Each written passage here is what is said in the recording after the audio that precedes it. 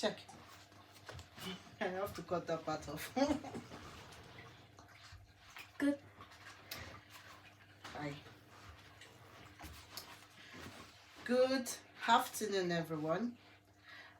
I'm here to read you the continuation from The Furry Friends, Peril in Paris by Holly Webb, illustrated by Claire Elson. Yeah. Mom, are you okay? You look like you might be sick. Do you want to sit down? Sophie gently pulled her mom down the steps to sit on a bench. What's the matter? Sorry. Mom slumped onto the bench and pressed her head over her mouth for a moment. Oh, Sophie, I'm so sorry, she said at last. I thought it was going to be okay, but I just can't.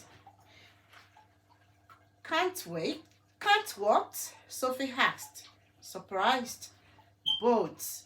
I just can't do it, Sophie. They make me sick. I really thought I'd be all right on a big trade boat like that. But then I saw it, even just thinking about getting onto it. I came over all funny. I'm so sorry, darling. I know you really wanted to go on a boat trip. Sophie swallowed hard. She had been so excited about their trip on the river. She hated to think that now they wouldn't be able to go at all. But Mom looked awful, really pale and wobbly.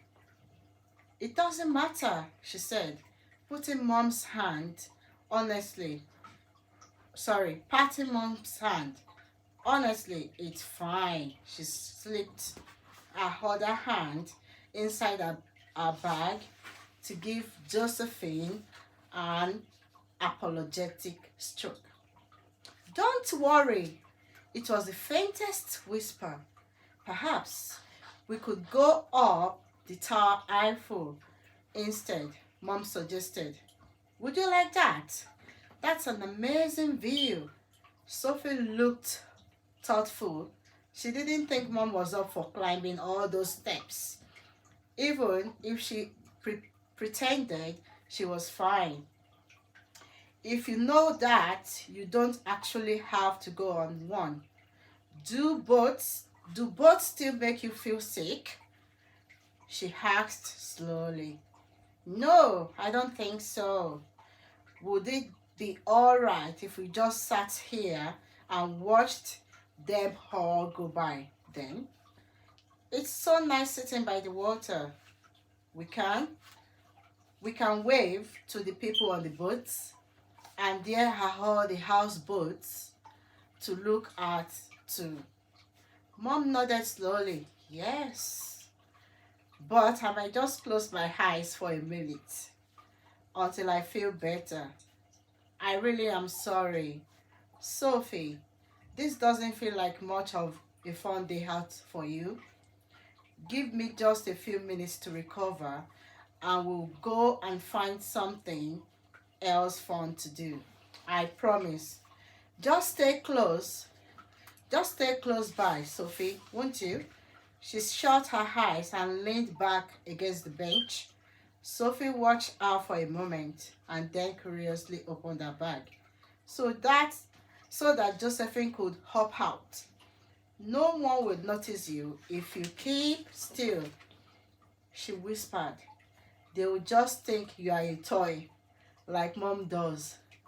Josephine clambered onto Sophie's lap and sat down, leaning against Sophie's tummy and sticking out her back legs to try and look like a teddy bear.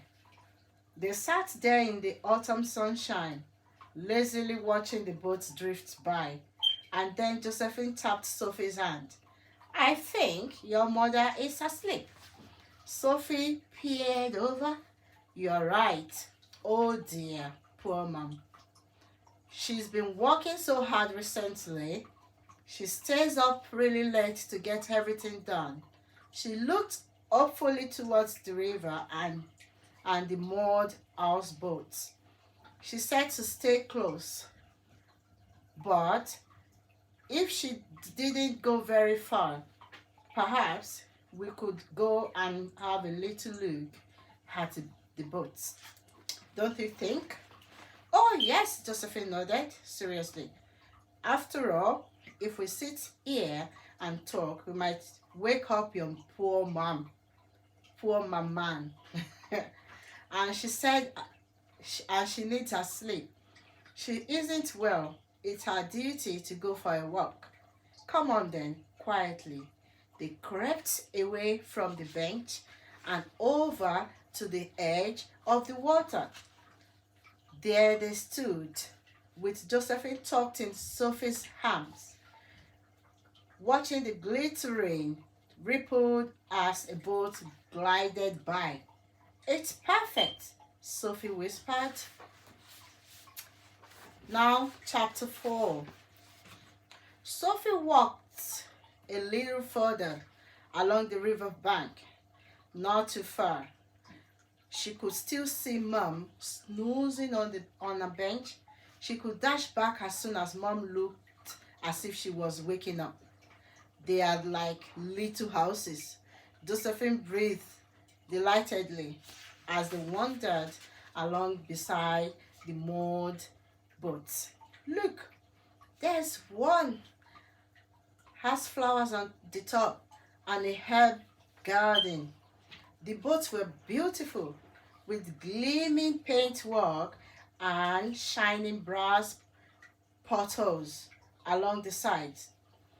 A few even had tables and chairs set out on the decks so the owners could eat their lunch outdoors and watch the river.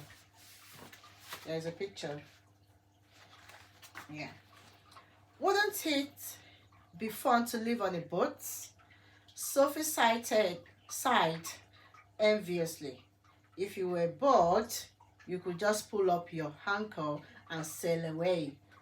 You just had to float down the river until you found somewhere else nice to stay. I wonder if there are guinea pigs on the river anywhere.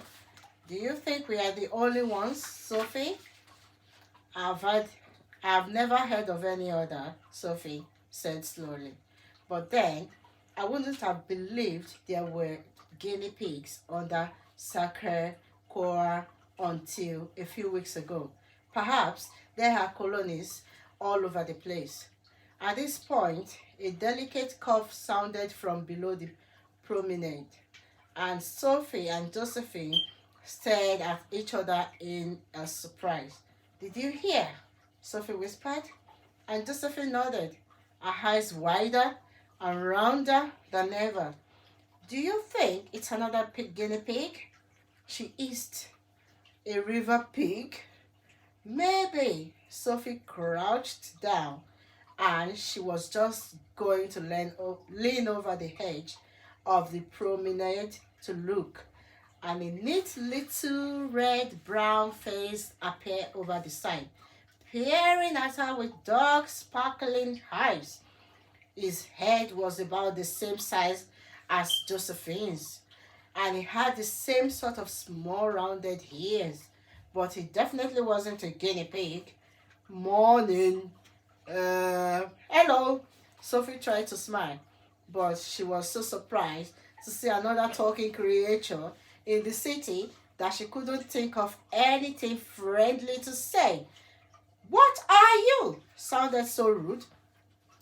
The animal, whatever it was, scrambled further up the side of the wall and turned out to have a white chin and front rather smeared with dark or oily marks, white paws and a long back. He was wearing a tattered blue scarf around his neck, and there was a greasy cap on the very back of his head. He had a little brown brush of a tail and a cheeky grin. I know, Sophie said suddenly. I remember you are a stoat.